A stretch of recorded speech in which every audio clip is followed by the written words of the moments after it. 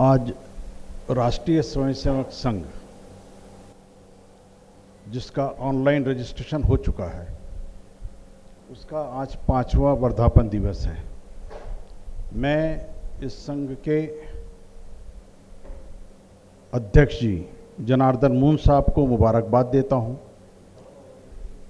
कि आपने एक बहुत बड़ी हिम्मत करी है कि वो संगठन जो 1925 से राष्ट्रीय स्वयंसेवक संघ के नाम से देश और विदेश में कार्यरत है, जो पहले रॉयल सीक्रेट सर्विस के नाम से काम करता था और बाद में इसने अपने आप को बदल करके अंग्रेज़ों के कहे अनुसार राष्ट्रीय स्वयंसेवक संघ इसका नाम रखा और ये कार्यक्रम का अपना अपने करते चले आ रहे हैं।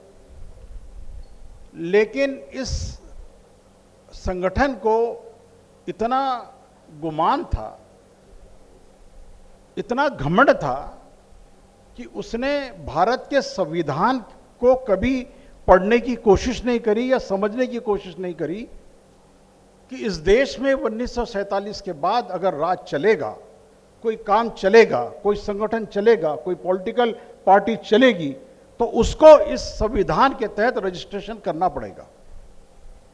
कई ऐसी पार्टियां थी जो आज़ादी के पहले भी अपना पॉलिटिकल पार्टी थी, संगठन थे, लेकिन जैसे ही आज़ादी हुई और संविधान लागू हुआ तो कानून के तहत सबको री रजिस्ट्रेशन करना पड़ा। हर पार्टी ने, हर संगठन ने भारत के संविधान के तहत फिर से अपना रजिस्ट्रेशन किया। लेकिन शायद मुझे लगता है कि आरएसएस के जितने भी बड़े बड़े लोग थे, उनको ये घमंड था कि जो सत्ता में अभी आए हैं वो तो हमारे ही साथ में है, हमें अपने नाम का रजिस्ट्रेशन करने की जरूरत क्या है। जो लोग आज बैठे हुए हैं, कांग्रेस पार्टी जो सत्ता में बैठी हुई है, वो हमारे वजह से ही सत्ता में है, ये गुमान था और रियल भी था, गलत नहीं था। क्योंकि ये भी एक सच्चाई है जिस पे से पर्दा उठना चाहिए। लोग पर्दा उठाते नहीं है, लोग बोलते नहीं है। इस देश का पार्टीशन किसने किया? कौन था पार्टीशन के लिए जवाबदार? इसके अंदर 4 लोग थे मेरे हिसाब से, ये मेरी अपनी अनुभव। एक कश्मीरी ब्राह्मण पंडित जवाहरलाल नेहरू, दूसरा गुजराती लीडर वल्लभ भाई पटेल, जिनको सत्ता की पहली सीट के ऊपर बैठना था, तीसरा महाराष्ट्र का आरएसएस जो इनके साथ में खड़ा हुआ था। इन लोगों ने गुजराती मोहम्मद अली जिन्ना को अपने साथ लेकर के इस देश के टुकड़े करवाए, वरना इसका पार्टीशन नहीं होता। अगर कांग्रेस अपने यहां रिजोल्यूशन पास नहीं करती कि देश के टुकड़े नहीं होंगे तो नहीं होते थे, लेकिन आपने करवाया। आज हमारा देश जिस हालात के अंदर में जा रहा है, वो जो आपस में झगड़े फिसाद, दंगे फिसाद जो आप देख रहे हैं, जिसके लिए आज एकता के लिए जनार्दन मून जी को राष्ट्रीय स्वयंसेवक संघ के नाम से एक संगठन बनाना पड़ा। वजह क्या थी? क्यों है, क्यों राष्ट्रीय एकता की जरूरत पड़ी? 75 साल बाद बड़ी बड़ी संगठन, बड़े बड़े पॉलिटिकल पार्टी, बड़े बड़े लीडर्स हर होने के बाद भी एक नागपुर के एक छोटे से कारपोरेटर है अपना रहे हुए, वो विचारक को ये सोचना पड़ता है कि नहीं, हम ये जो संगठन ने अभी तक पूरे देश के अंदर में अराजकता फैलाई है, इसने आज तक रजिस्ट्रेशन नहीं किया है, तो हम इसको बताएंगे कि ये संविधान का कानून क्या होता है और रजिस्ट्रेशन क्या होता है। और आपने बता करके ऑनलाइन रजिस्ट्रेशन किया, मैं इसके लिए आपको सल्यूट करता हूं और मुबारकबाद भी देता हूं कि इतनी बड़ी शक्ति को आपने अंदर से हिलाकर रख दिया है। वो भले ही आज ऊपर कुछ भी कहे कि नहीं, हमें कोई फर्क नहीं पड़ता है, लेकिन कानून, यहां का संविधान ऐसे कई आरएसएस को कुचलने की शक्ति रखता है, ऐसे कई आतंकवादी विचारधारा को कुचलने की शक्ति रखता है, जो संविधान के ऊपर नहीं चलते हुए अपनी मनमानी करते हैं। तो आज जो ऑनलाइन हो गया इनका रजिस्ट्रेशन, आज चाह के भी आरएसएस अपना रजिस्ट्रेशन नहीं करवा सकता। ये सत्य स्थिति है। हजरात, मुझे यहाँ पर मैं आरएसएस और राष्ट्रीय एकता के बारे में बात बोलने के लिए कहा गया है और ये बहुत अच्छा कार्यक्रम है। मैं इसके मूल मुद्दे के ऊपर मैं आता हूँ। क्या बात है कि 75 साल बाद भी ये देश जात, धर्म, संप्रदाय और अलग अलग चीज के ऊपर में बटा हुआ है या इसको बांट दिया गया है। ये पहले बटा हुआ नहीं था, लेकिन इसको आज पूरी तरीके से बांट दिया गया है। आज आप देखिए, अभी एक स्टेटमेंट आया था संघ परिवार, मैं उसको आरएसएस नहीं बोलूंगा, सॉरी, मैं वैसा मुखातिब करने का मेरे को लीगल राइट्स भी नहीं है, लेकिन संघ परिवार करके मैं उसको मुखातिब करूंगा, बोलूंगा। संघ परिवार के सरसंघ चालक जी डॉक्टर मोहन भागवत जी बहुत विचारवंत होते हैं, क्योंकि संघ के अंदर जो आता है वो विचारवंत ही बड़ा सोच समझ के लिटरेट होता है, जिसको संघ का चालक बनाया जाए, सरसंघ चालक बनाया जाता है। इनके कभी भी जो भी विचार आते हैं या कोई स्टेटमेंट आते हैं, उसको अगर आप देखोगे तो ये सारी एक स्टेटमेंट को आप देखोगे कि ये किसी न किसी एक समाज को टारगेट करते हुए अपना स्टेटमेंट दिया करते हैं। ओपन नहीं बोलते, लेकिन समझने वाला समझ जाता है कि इसका टारगेट ले दे करके, जिसको माइनॉरिटीज बोलते हैं, वो मुस्लिम समाज ही है। लेकिन इसके अंदर में सही अर्थों में अगर समझता होगा, अगर आप डीप में जाएंगे तो आपको पता चलेगा कि ये संघ परिवार के जो स्टेटमेंट रहते हैं वो बहुजन समाज, दलित समाज, आदिवासी समाज, इसके खिलाफ रहते हैं। वो माइनॉरिटी के खिलाफ नहीं, उसे मालूम है माइनॉरिटी क्या, लेकिन एक टारगेट चाहिए। अगर हम ये टारगेट नहीं फिक्स करते हैं तो हम राजनीतिक सत्ता की तरफ कदम नहीं बढ़ा सकते। ये उन्हें मालूम था और ये आजादी के बाद से ही चले आ रहा है। अभी एक जस्ट जो स्टेटमेंट आया है, मैं उस पर चर्चा करूंगा, वैसे तो बहुत है, उस पर चर्चा करने का वक्त भी नहीं है, लेकिन एक दो इंसिडेंट मैं आपको यहां बताऊंगा। एक, भागवत जी ने कहा कि इस देश के अंदर में जहां जहां जब भी हिंदू कमजोर हुआ, देश की अखंडता को खतरा पैदा हुआ। अभी का स्टेटमेंट है, आप लोगों ने भी हर पेपर में आया हुआ है, ये आप जानते हैं। हमने कहा आज आपको ये डर सता रहा है कि हिंदू कमजोर हुआ 75 साल बाद,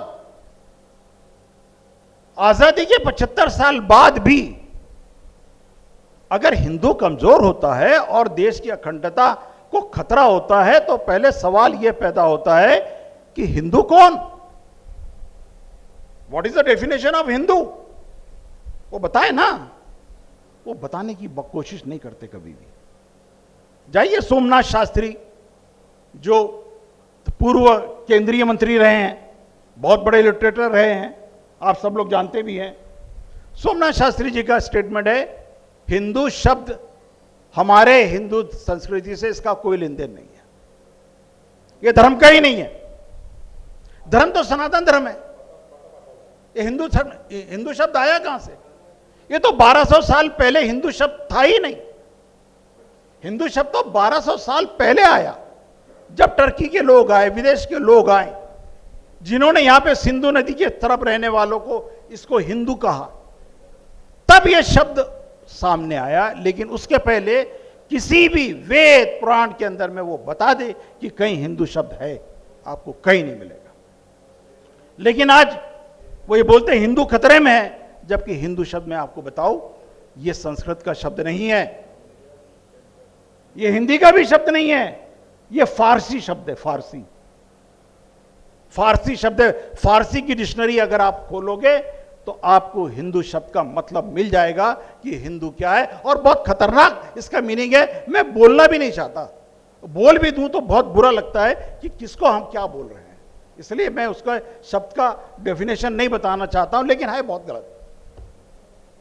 तो हिंदू धर्म तो है ही नहीं, धर्म तो ये है, आपका सनातन धर्म है, फिर आप हिंदू धर्म खतरे में बताते हैं। तो मुझे बताइए, क्या हिंदू धर्म 1947 में खतरे में था? खतरे में था क्या? तो फिर देश का पार्टीशन कैसे हुआ? कौन था पार्टीशन करने वाले? देश के टुकड़े कैसे हुए? और देश के टुकड़े करने के बाद में जब संविधान के तहत सबसे पहला चुनाव हुआ, संसद के अंदर में 48% ब्राह्मण सांसद कैसे आए? 48% सांसद ब्राह्मण थे पहले चुनाव में। आप कमजोर है और सांसद में 48% सांसद ब्राह्मण आते हैं। अब अगर मैं ये कहूं कि जब आरएसएस मजबूत था, आरएसएस के लोग मजबूत थे, उन्होंने इस देश को तोड़ करके यहां पर में अपनी सत्ता कायम करी, तो गलत क्या होगा? क्योंकि आपके तो 48% सांसद ब्राह्मण सांसदों ने संसद पे कब्जा कर चुके थे, तो कमजोर कौन था? आप तो बलवान थे ना। संसद में बैठने वाला तो बलवान ही होता है। एक भी रहे तो क्या बात होती? 48% आप थे, हर कानून आपसे बनाया, जो सत्ता के अंदर में जो संविधान दिया उसको भी बदल दिया, कई अमेंडमेंट कर डाले, सिर्फ अपने मतलब के लिए। जनता के लिए नहीं किया आपने, आपने अपने मतलब के लिए किया कि हमारा सत्ता कैसी कायम हो। और उसका अंजाम यह है कि 75 साल बाद आज संघ का प्राइम मिनिस्टर 8 साल पहले यहां पर मैं बैठ चुका है। इसके पहले भी बैठे हैं अटल बिहारी वाजपेयी जी, लेकिन वो पूर्ण बहुमत से नहीं बैठे थे। आज पूर्ण बहुमत से उन्होंने अपने यहां पे सत्ता कायम करी है। और जब संघ पूरी तरीके से काबिज हो चुका है हर इंस्टीट्यूशंस के ऊपर में, तो आज यहां के आदिवासी या मूल निवासी या दलित या ओबीसी किसान, इनकी क्या हालत है? ये आत्महत्या कर रहे हैं। ये कौन है आत्महत्या करने वाला किसान? इसमें कोई दुबे, कोई गोलवलकर, कोई देवरस कभी सुना? एक भी नहीं सुना होगा। ये कौन है किसान? ये ओबीसी किसान है, ये दलित किसान है, ये हमारा मूल निवासी किसान है। इतने लोग मर चुके, आत्महत्या में हजारों लोग। क्या कभी संघ ने, जो नागपुर में जिसका हेडक्वार्टर है, उसने कभी एक आंदोलन किया?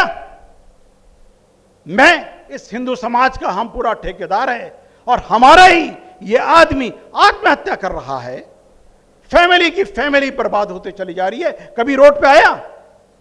एक इंसिडेंट बताइए मुझे। अरे तुम तो हिंदू धर्म का ठेकेदार हो। लेकिन नहीं, अब सुनो क्यों नहीं आया?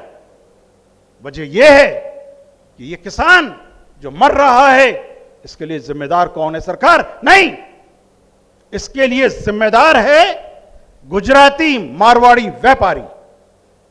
इन व्यापारियों ने जब भी किसान का माल अगर खेत के बाहर आता है तो पूरा एक सर्कल बना करके उसकी कीमत को घटा दिया जाता है, और जब कम कीमत पे उसे लूट लिया जाता है, और जब उसको जरूरत पड़ती है बीज की तो ऊंचे भाव के अंदर में उसको बेच दिया जाता है।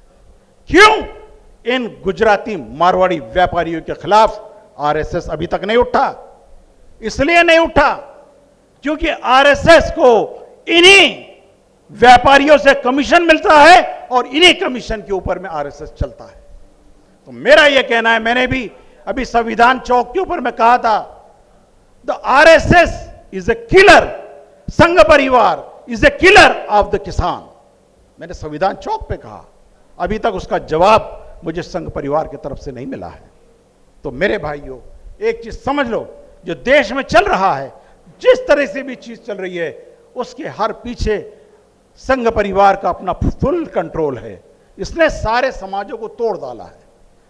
दलित को आदिवासी से भिड़ा दिया, आदिवासियों को मुस्लिम से भिड़ा दिया, कई ओबीसी को किसी और समाज से भिड़ा दिया, और अपना एक पॉलिटिकली एजेंडा लेकर के चला हुआ है।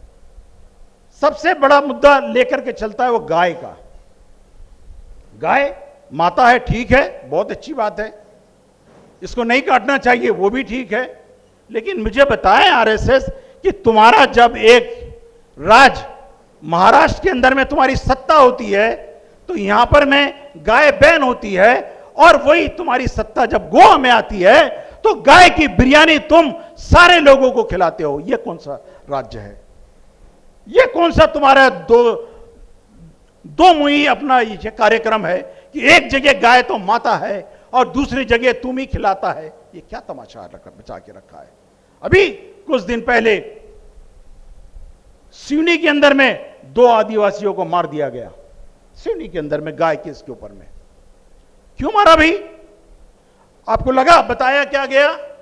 नहीं नहीं साहब, ये तो गाय के मांस का बेच रहे थे, रियल चीज नहीं बताई। एमपी से या कहीं से भी गाय का सप्लाई, गाय के मटन का सप्लाई अगर कोई कर रहा है तो वो विश्व हिंदू परिषद और बजरंग दल है, जो कमीशन लेकर के इसको सप्लाई कर रहा है। उनको यह लगा जो काम हमारा था, जो धंधा हमारा था, हम गाय को सप्लाई करके हर जगह बिकवाते थे, ये आदिवासी कैसा आ गया, ये हमारे धंधे में कैसा आ गया? इसलिए उन दोनों आदिवासियों को मार दिया गया।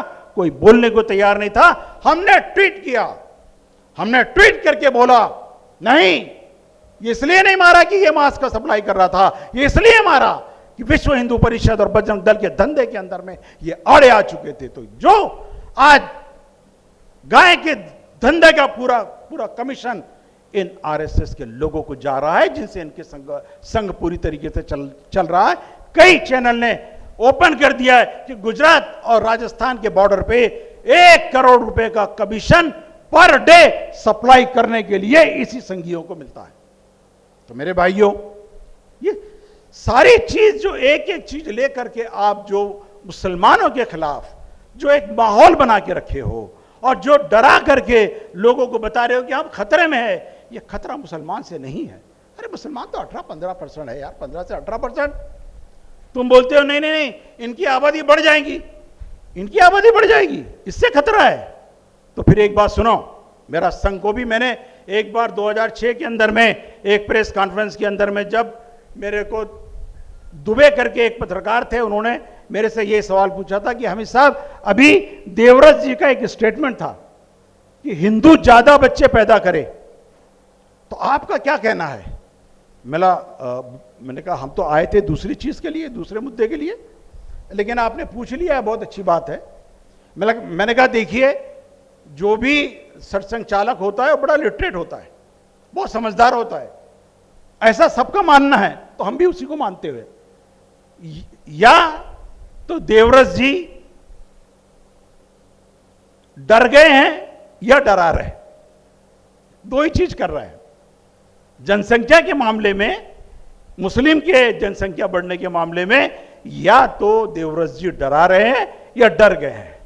एक बात समझ लीजिए, हमने कहा मुस्लिम का और खासकर ये सूफी संतों को मानने वाले बादशाहों का एकदम एक छत्र राज रहा है। 750-800 साल तक राज किया है यहाँ पर में उन्होंने। कोई ऐसा नहीं था कि डेमोक्रेसी ना इसको छोड़ दो, ये कानून, ये सुप्रीम, ना, एक चीज बोला इसको खत्म कर दो, खत्म कर दो। राजशाही ऐसी होती, चाहे कोई भी धर्म का राजा हो, यही काम करता है। 750 साल के राज में, इस देश में, इस हिंदुस्तान में, जिसको इन बादशाहों ने म्यांमार से लेकर के अफगानिस्तान का अखंड भारत बनाया, उस भारत के अंदर ये कभी 10 से 15% से कभी आगे नहीं गए। चाहते तो पूरा भारत को मुस्लिम कर सकते थे, लेकिन नहीं हुआ उनके एक छत्र राज में। और अभी 60 साल, उसको 60-65 साल हुए थे। मैंने कहा अगर 60-65 साल के अंदर में, इस आजाद भारत के अंदर में, जब मैक्सिमम प्रधानमंत्री ब्राह्मण है और आरएसएस के कहने पे ही अंदरूनी चलता हो, और उसके राज में अगर हिंदू माइनॉरिटीज में आता है, तो फिर इस हिंदुस्तान का राज हम मुसलमानों को दे दे, हमारा रिकॉर्ड है, तुम जिंदगी भर कभी माइनॉरिटी में नहीं आओ। ये रियलिटी है, इसको आप छुपा नहीं सकते, इसको ये नहीं कर सकते, जो हकीकत है। लेकिन आज वही हर बार मुद्दा कि भाई आप ये माइनॉरिटीज के अंदर में आ जाएंगे, मुस्लिम की पॉपुलेशन बढ़ रही है।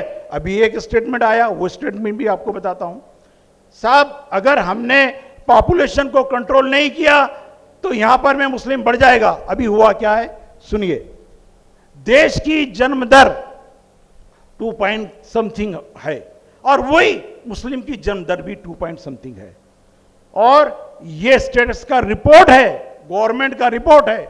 अगर यही जन्म दर इतनी गिरती रही तो 1936 के अंदर जो भारत आज यंग इंडिया है वो बूढ़ा इंडिया हो जाएगा। इसलिए जन्म दर को आपको बढ़ाना पड़ेगा।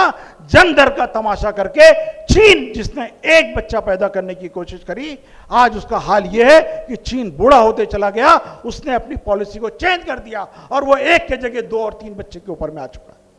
तो आप गलत चीज फीडिंग कर रहे हैं, आप गलत जगह टारगेट कर रहे हैं, आप मुस्लिम को गलत जगह टारगेट कर रहे हैं, और मुस्लिम को टारगेट करके आप हिंदू समाज जिसको आप बोलते हैं, ओबीसी को, दलित को, आदिवासियों को गुमराह करके उनके वोट लेकर के आप सत्ता में बैठे हैं। और सत्ता में बैठने के बाद आपने क्या किया? आज वही लोग जिनके लिए, जिनके भरोसे पे आप सत्ता में आए थे, आज उनको 80% भारतवासियों को आपने राशन पे ला करके खरीद दिया। जिन्हें आपने वोट दिया उसको भिखारी बना दिया। ना उसके पास नौकरी है, ना उसके पास व्यापार है, ना ही उसके पास कोई साधन है। आज वो आपके अनाज के, राशन के भरोसे पे जिंदा है। मेरा इसीलिए आज इस देश को, देशवासियों को बचाने के लिए जरूरी हो गया है कि दलित समाज, आदिवासी समाज, ओबीसी समाज, जितने भी समाज है, ये एक जगह बैठे, एक जगह आए और राजनीतिक सोच भी एक तरीके की पैदा करें। ये नहीं है आज हम देख रहे हैं, दलित समाज उठा, दलित समाज के लीडर उठे, चाहे वो मायावती जी हो या कोई भी हो, बड़े बड़े लीडर आपके सामने में, मुझे बताने की जरूरत नहीं है। लेकिन ये बाबा साहब के मूल सिद्धांत से भटक गए हैं, बिल्कुल अलग हो चुके हैं। आज नहीं चल रहा है इनका। जो बाबा साहब ने जो सोच दी थी, नाम तो बाबा साहब का लिया, लेकिन जाके संघ परिवार के साथ में बैठ करके आज आप सत्ता का मजा कर रहे हो। इसका फायदा न दलित समाज को हो रहा है, न ही सारे समाज मिलकर के एक मूवमेंट्स खड़ा कर पा रहे हैं। तो अब ये जरूरी हो गया, ये प्रयोग एक तरीके से फेल हो चुका है। अब ये जरूरी है कि हर समाज का सही नेतृत्व, चाहे मुस्लिम समाज का, वो नहीं वो ओवैसी जैसा आरएसएस का दल्ला, उसकी बात मैं नहीं कर रहा हूं। वो तो एक नंबर का बदमाश है, उसी ने बाबरी मस्जिद तोड़वा करके मेडिकल कॉलेज लिया था। ये ओवैसी का इतिहास रहा है, तो वो हमारे मुस्लिम समाज का वो लीडर नहीं। लेकिन मुसलमानों के अंदर में जब भी सूफी संतों की जो पॉपुलेशन है वो 90% है, उसका ये आतंकवादी विचारधारा से कोई लेन देन नहीं, न तालिबानी विचारधारा से उसका लेना देना है, न आईएसआईएस से उसका कोई लेना देना है, न लश्कर तैयबा से उसका लेना देना है, न सीमी से उसका लेना देना। ये सब वहां भी आतंकवादी विचारधारा है। लेकिन इस देश का जो मुस्लिम है वो 90% सूफी और संतों को मानने वाला है, ये बुजुर्गान दीन को मानने वाला है। जिस जगह हर धर्म का आदमी आता है, उसने कभी ये नहीं कहा कि साहब तुम आगे मत जाओ या मेरा पहले करते हो। ये वो पंचशील को लेकर के चलने वाली ये समाज आज भी पॉलिटिकली अलग हो चुका है, बिल्कुल निगलेक्ट रहा है। लेकिन अब इसके अंदर में एक जागरूकता पैदा हो रही है मुस्लिम समाज के अंदर भी, और उनका भी अपना एक पॉलिटिकली प्लेटफॉर्म खड़ा हो चुका है। और सबसे बड़ी चीज है कि नागपुरी सेंटर बनते जा रहा है। माइनॉरिटीज डेमोक्रेटिक पार्टी जो खड़ी हुई है, जिसने यहां इतना बड़ा आंदोलन किया नुपुर शर्मा के खिलाफ, जो इंटरनेशनल लेवल पे गया, उसका हेडक्वार्टर भी नागपुरी है।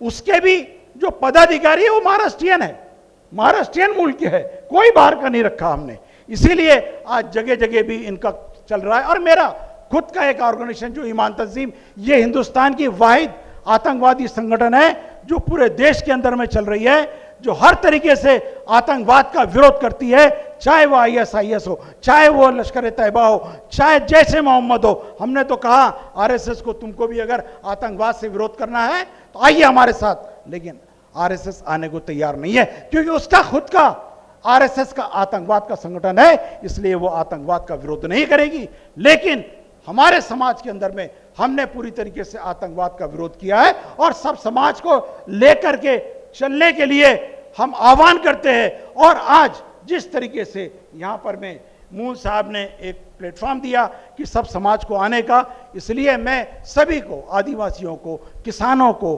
दलितों को ये कह रहा हूं कि इनके ये उच्च स्तरीय जो लोग हैं जिन्होंने अपनी पॉलिटिकल सिस्टम बनाई है उससे बाहर निकलिए, उनको छोड़िए, अपना अलग अलग सिस्टम बनाइए और सामने आइए और हर समाज निकलकर एक जगह आए, तब ये क्रांति आएगी।